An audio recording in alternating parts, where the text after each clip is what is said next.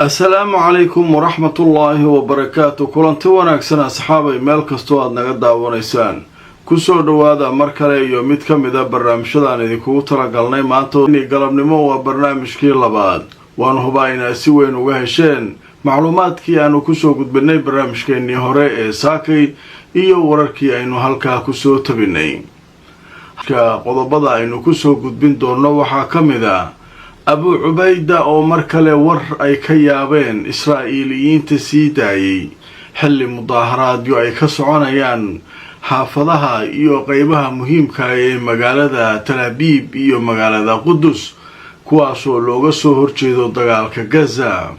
haddaba Abu Ubayda iyo warkiisa hadalka uu jeediyay wixii uu ka yiri ayaynu barnaamijka ku faahfaahinaynaa. waxaa sidoo kale barnaamijkan idinku haynaa dagaal aad u culus oo maanta ku dhex maray bariga magaalada Gaza ciidanka Israa'iil iyo muqaawamada reer Gaza. waxaa la arkayay ciidamo tiro badan oo Israa'iiliyiin ah oo la soo daabulayo dhaawacyadooda iyadoo qaarkood ay halis yihiin kadib markii halkaa ay u ka dhacay dagaal foolka fool ah oo dhex maray labada dhinac. wararka ku saabsan iyana wadahadalada Iiraan iyo Mareykanka uga furmay magaalada Roma ee dalka Talyaaniga ayaan iyana war idinkaga hayaa. qodobadaas waan idin hayaa. waxaa sidoo kale aan idin hayaa madaxweynaha Suuriya Al-Sharac oo maanta qaabilay wafdigii Mareykanka ee shalay soo gaaray magaalada Dimashq xilli ay shalayto soo saartay wasaaradda arrimaha dibadda ee Mareykanka inaan la booqan karin oo aan la tegi karin Suuriya sababo ammaan iyo qaraxyo laga baqayo in halkaa ay ka dhacaan. qodobada ayaynu barnaamijkeena galabta ku faahfaahinaynaa. inta aan ku jirno haddii warar cusub ay soo kordhaana waan idinla socodsiin doonaa. si wanaagsan mar kale asxaabay meel kastoo aad joogtaan ku soo dhawaada barnaamijkeena galabnimo. waa galabnimo sabti ah. barnaamijka waxaynu ku bilaabaynaa afhayeenka Kataibul Qassam ninka la yiraahdo Abu Ubayda ayaa war cajiiba sii daayay goor dhaweyd.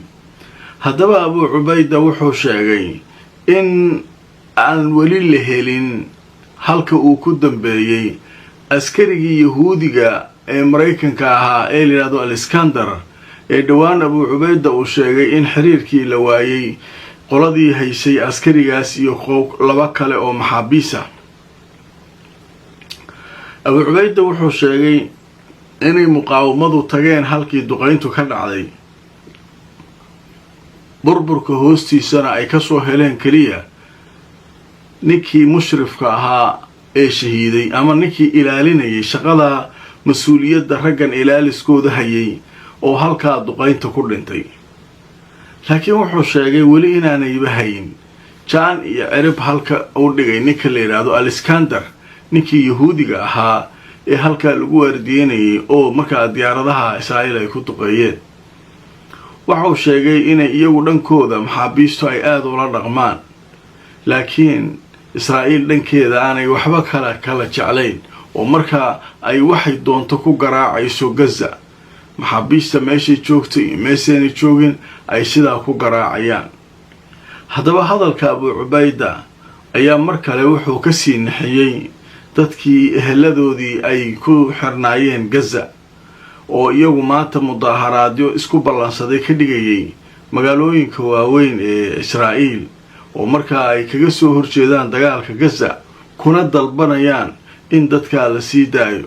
markii hadalka Abu Ubayda wuxuu ku soo beegmay xilligii banaanbaxa abaabulkiisa uu xoog u socday. dadkii markaa shidaal ayuu ku sii shubay Abu Ubayda la leeyahay wuu sii dhaqaajiyay xanaaqii iyo caradii ay ka qaadeen hawsha ayay ku sii socdeen iyagoo Netanyahu ku qaylinaya inaanu doonayn in maxaabiista la badbaadiyo. qodobka halkaasaan kaga gudbaynaa. qodobka labaad ee barnaamijkeena galabnimo aynu ku faahfaahinayno wuxuu yahay saaka aroortii dagaal aad u qaraar ayaa wuxuu ka dhacay bariga magaalada